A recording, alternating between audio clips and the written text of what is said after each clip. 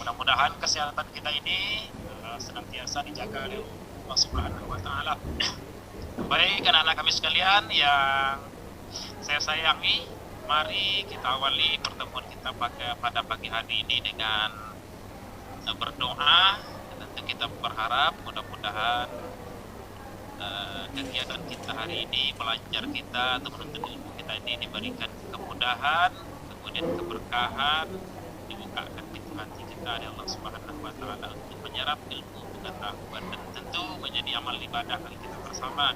Silakan ketua disiapkan untuk mengawali kegiatan kita pada pagi hari ini. Baik, semuanya siap, gerak. Mengawali kegiatan pelajaran. Mari kita berdoa. Berdoa mulai. Bismillahirrahmanirrahim.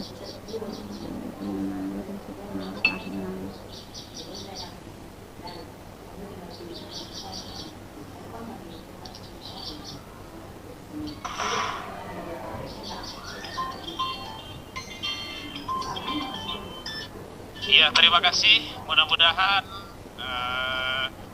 apa yang telah kita sama-sama doakan kiranya dibuka pintu hati kita oleh Allah Subhanahu wa taala. Anak-anak saya yang saya muliakan, selanjutnya sebelum tentu kita mulai, Pak cek ini kehadiran kalian.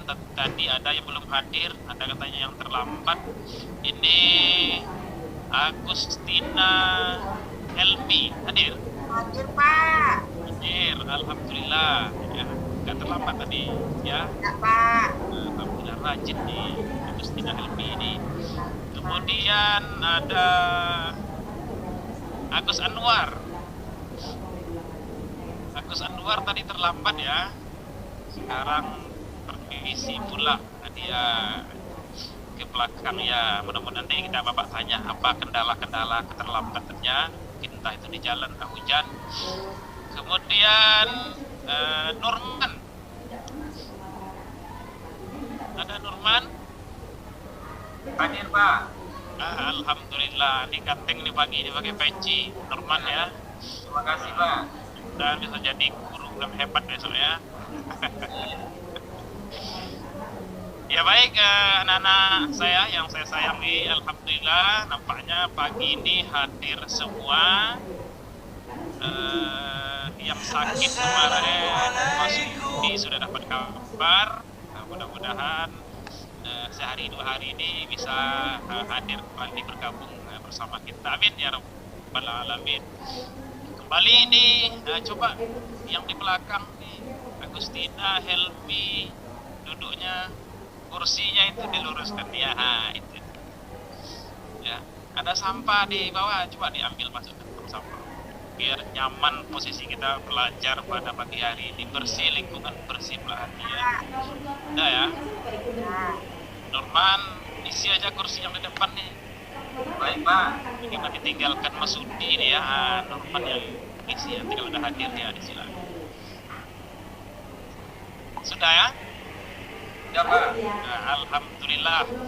Ya baik, anak-anak saya yang saya sayangi, kembali kita belajar pada pagi hari ini. Coba kita perhatikan sama-sama di depan ya, tinggalkan dulu kiri kanan, buka belakang, fokuskan ya, luruskan niatnya ya. Dahulu sama-sama telah kita belajar di pelajaran yang lalu tentang penyelenggaraan jenazah. Jadi masih ingat ya, kira-kira apa saja di antara ketika ada orang yang meninggal di kampung kita atau tetangga kita, apa tuh kewajiban? Ada 4 kewajiban itu. Siapa yang bisa nyebutkan itu tentang jenazah ini? Hasan bisa, Hasan? Ya bisa Pak. Wah, ini Hasan luar biasa nih. Apa? Yang pertama memandikan dulu Pak. Alhamdulillah, mandikan dulu ya. Mandikan dulu baru dikasih baju, namanya kain kafan. Kain kafan ya. Setelah itu baru dibawa ke masjid untuk disolatkan. Kemudian dimakamkan. Biasa nih, kalau dibalik bisa? Tidak bisa, karena belum bersih dia itu tidak disolatkan dulu. Bersih tahu, baru pakai baju, baru disolatkan. Luar biasa. Baru bawa ke tempat Ustaz dan terakhir. Ya, terima kasih Hasan, ini luar biasa ini. Sama-sama, Pak. Sekali. Itu tentang materi kita yang lalu, luar biasa. Sementara hari ini setelah Bapak tengok tadi jawaban kalian tentang materi yang lalu, dianggap sudah mampu ini kemudian memahami. Hari ini kita masuk tentang ada pelaksanaan khutbah tabligh dan dakwah di tengah masyarakat. Nah, ini yang akan kita bahas ini.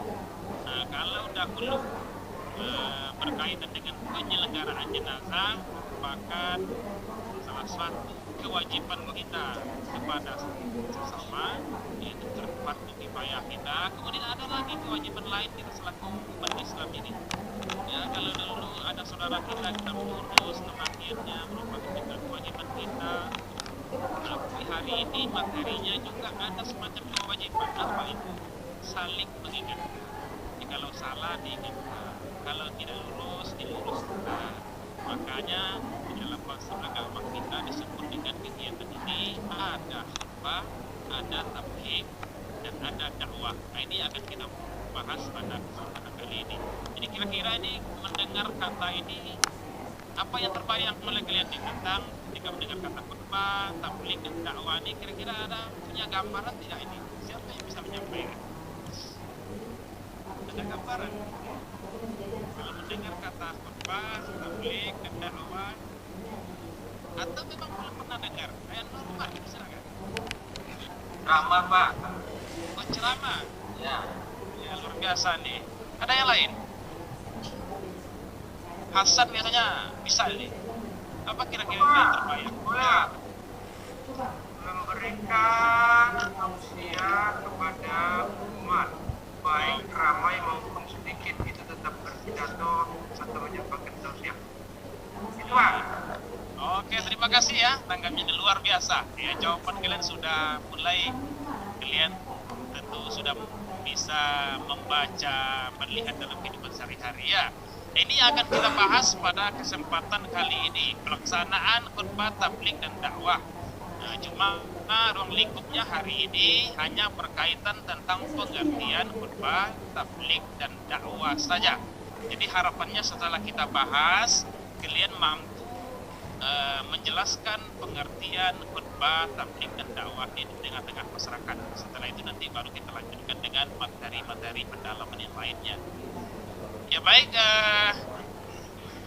anak-anak saya yang saya sayangi, jadi kajian kita khutbah tabligh dan dakwah ini diharapkan nanti kalian mampu menjelaskannya, apa itu khutbah, apa itu tabligh dan dakwah. Ya tentu harapan lainnya saya yakin setelah mengawali pelajaran ini memahami apa itu khutbah tabligh dan dakwah ini, kalian nanti selain mampu menjelaskan di tengah-tengah masyarakat, ya tentunya harapannya juga bisa menjadi suluh lah nanti di tengah-tengah masyarakat, baik itu dalam kegiatan khutbah, tabligh maupun dakwah yang pada intinya saling menasihati. Karena luar biasanya kita sesama Islam ini mengingatkan atau menasihati orang lain.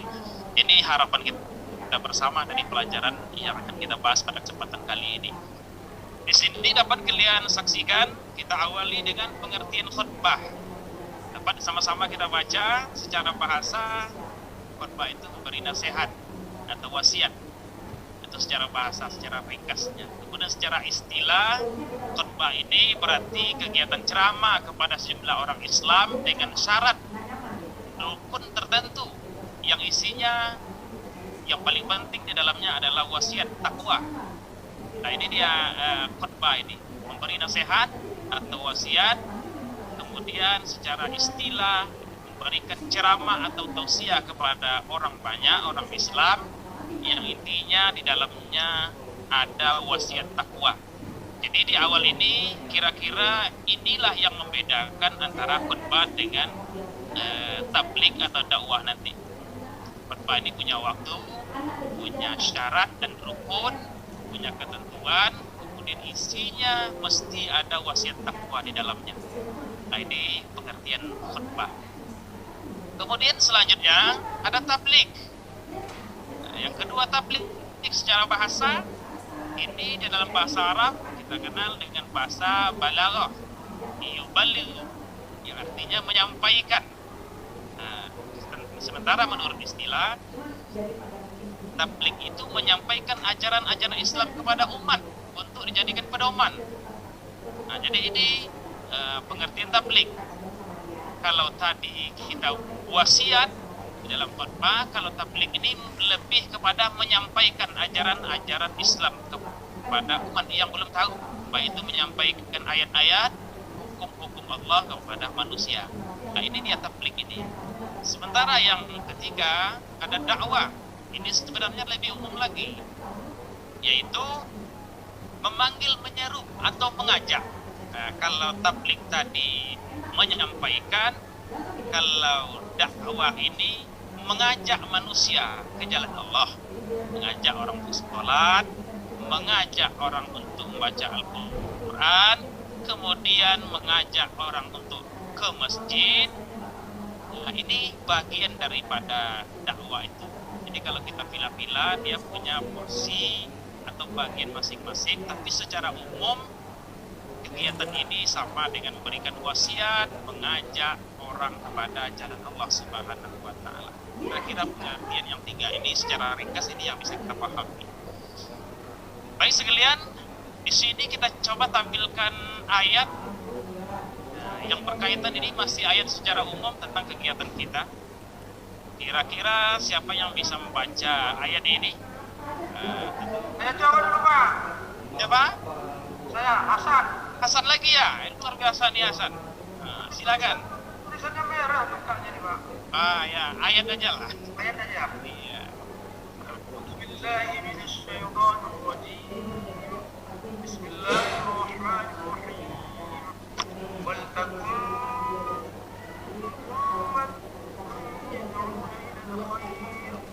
يدعون إلى الخير ويأمرون بالمعروف وينهون عن المنكر وأولئك هم المفلحون. Tidaklah di antara kamu ada segelintir orang yang menyuruh kepada kebajikan, menyuruh berbuat yang ma'ruf dan mencegah dari yang munkar, dan mereka itulah orang-orang yang beruntung. Wah, luar biasa ini. Kira-kira ada tambahan tak Hasan? Kira-kira apa yang dipahami setelah membaca ayat ini? Jadi kita di dalam bermasyarakat ini hendaknya ada segolongan yang mau terjun. Yang pertama menyeru kepada kebaikan. Nah, kemudian ada yang menyuruh. Selanjutnya ada yang melarang dari kemungkaran juga. Kalau kita bagi-bagi tugas ini barangkali yang paling pas, golongan pertama ini adalah para ulama, para ustaz. Golongan yang kedua ini pemerintah, dia bisa menyuruh, dia bisa punya kuasa. Dan yang ketiga melarang. Berarti ini aparat keamanan ini. Itu, Pak. Luar biasa ya. Hasan ini mendalam juga. Udah baca materi semalamnya Bapak sampaikan itu ya. Sudah Bapak kasih kemarin. Oh, luar biasa. Bapak aja belum sampai di sana lagi ya. Ya, terima kasih Hasan. Yang lain juga nanti bisa dilanjutkan, kita sama-sama membaca ini. Tadi sudah ada perwakilan teman-teman kalian. Nanti setelah ini kita minta satu persatu lagi membaca dan menganalisa tentang ayat ini saja. Tapi ini sudah mewakili teman-teman kita yang lain. Terima kasih Hasan. Selanjutnya kegiatan kita. Nanti silakan kalian amati video berikut. Setelah itu nanti berikan analisa masing-masing ke depan. Saya minta nanti ditulis di lembaran yang telah Bapak siapkan. Kemudian nanti silakan sampaikan di depan terkait gambaran yang ada di dalam video ini, lalu hubungkan dengan materi yang baru saja kita bahas. Silakan dilihat, dicermati, dan dianalisa nanti setelah video ini berakhir.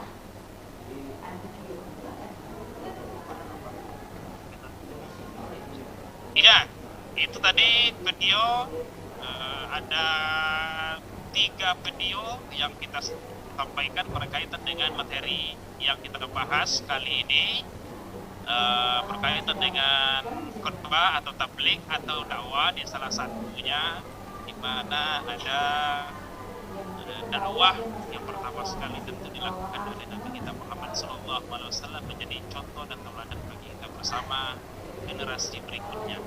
Setelah kalian amati video-video berikut, satu-satu dipersilakan membacakan hasil yang telah dituangkan di dalam lembaran kerja kalian, tentang analisa atau pendapat kalian tentang video yang sama-sama tadi kita lihat. Beberapa orang sudah menampilkan. Kita lanjut ke nomor berikutnya. Siapa lagi? Siapa yang berani?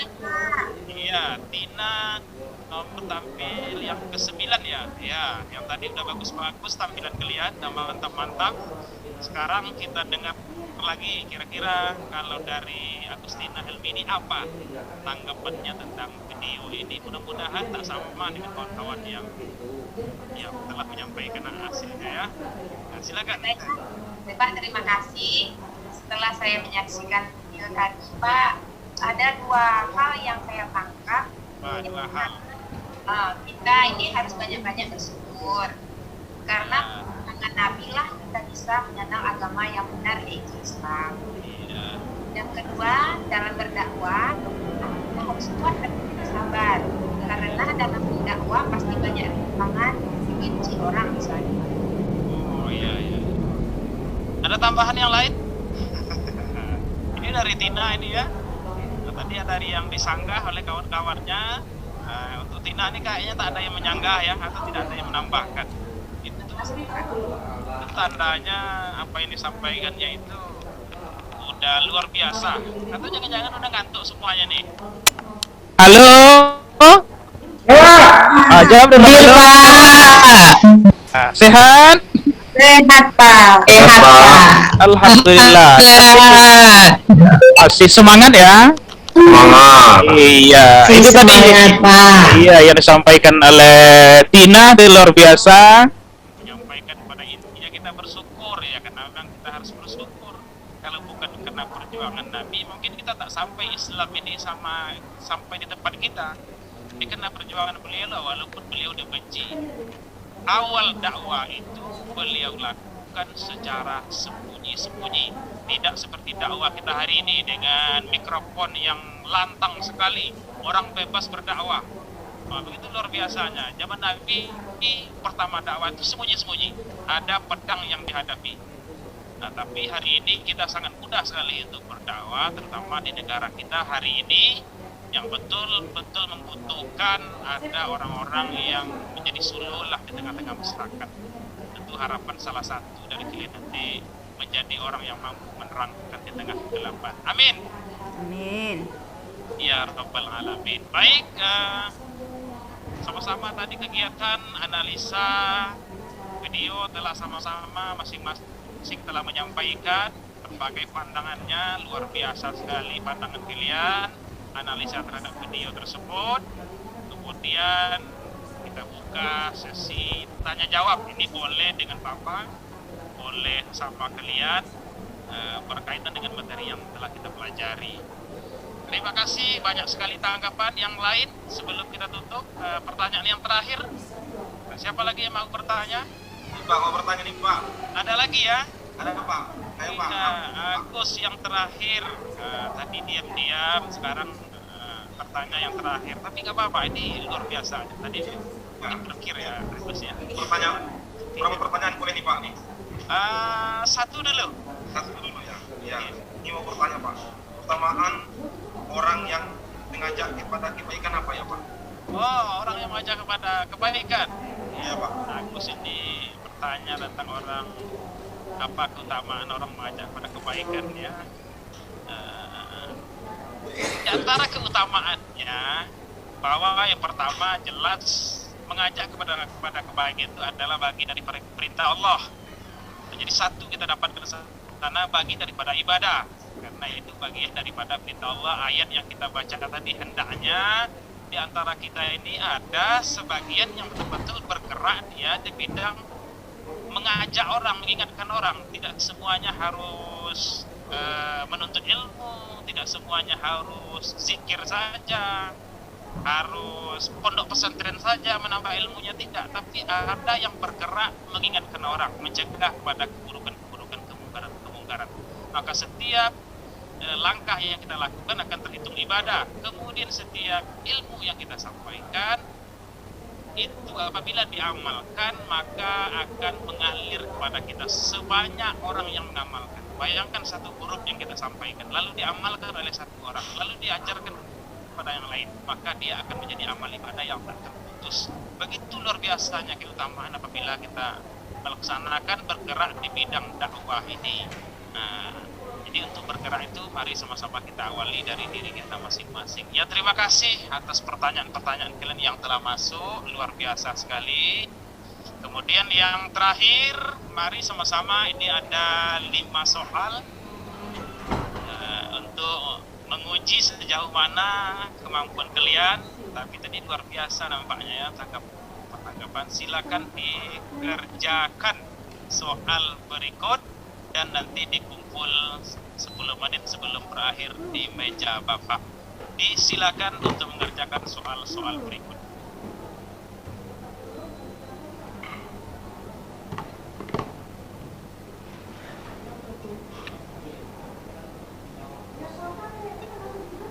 Ya baik, tugas-tugas telah dikumpulkan. Bapak ucapkan terima kasih sudah Bapak periksa. Ini luar biasa nih jawaban-jawabannya. Ya, kasih tepuk tangan dulu untuk semua kita. Ya, tepuk tangan tuh ya. Tepuk tangan dulu Agus. Ya. Tugas-tugasnya sudah Bapak periksa. Luar biasa kalian memahami baik tentang ayat, baik tentang pemahaman penerapan dakwah atau khutbah dengan masyarakat. Setelah Bapak periksa tadi rata-rata ini memberikan jawaban yang luar biasa. Jadi sebelum kita tutup, tentu khutbah, tabligh dan dakwah ini merupakan kegiatan perintah Allah Subhanahu wa taala kepada kita. Jadi pekerjaan yang mulia, hendaknya di antara kita ini ada orang-orang yang mengingatkan kepada kebaikan. Khutbah tadi kita laksanakan baik itu pada hari Jumat, ada pada hari raya, atau khutbah di sholat-sholat gerhana dan lain sebagainya. Khutbah ini punya ketentuan syarat dan rukun tersendiri dan waktunya. Kemudian ada tabligh. Tabligh itu pada intinya menyampaikan ayat-ayat Allah, hukum Allah kepada manusia. Selanjutnya ada dakwah. Dakwah itu intinya mengajak orang kepada kebaikan. Nah, jadi mudah-mudahan nanti setelah kita pahami ini bisa menjadi semacam penyemangat bagi kalian. Kalian bisa menjadi suluh bagi masyarakat, penerang bagi masyarakat sekurang-kurangnya di kampung kita masing-masing. Tapi bagaimana cara mengawalinya Pak? Awali dari diri sendiri, dakwai diri sendiri dulu. Tapi setelah ini Bapak yakin kalian nanti akan tumbuh menjadi pribadi yang mampu dicontoh, yang mampu mencerdaskan orang-orang yang ada di sekitar kalian. Ayo, amin ya rabbal alamin. Semangat. Kemudian setelah kita tutup ini, kegiatan berikutnya atau materi kita berikutnya nanti kita akan masuk pada minggu depan tentang materi. Kalau tadi pengertian, untuk pelajaran kita berikutnya sudah masuk pada ketentuan-ketentuan atau syarat-syarat yang ada di dalam khutbah, tabligh dan dakwah. Silakan nanti kalian baca di rumah. Pahami. Minggu depan di awal pertemuan Bapak akan tanya kembali berkaitan dengan syarat rukun yang ada di dalam khutbah, yang ada di dalam tabligh maupun dakwah. Jadi begitu saja pelajaran kita pada hari ini. Mari sama-sama kita tutup dengan berdoa kepada Allah Subhanahu wa taala. Ketua kelas silakan ditutup dengan doa. Silakan pimpin ketua kelas. Baik, mengakhiri kegiatan pelajaran hari ini, mari kita berdoa. Berdoa dimulai. Doa selesai. Ya, terima kasih doanya. Sampai jumpa kembali. Semoga semoga kita diberikan kesehatan dan kekuatan untuk meluluskan materi kita pada hari-hari berikutnya. Assalamualaikum warahmatullahi wabarakatuh. Waalaikumsalam warahmatullahi wabarakatuh.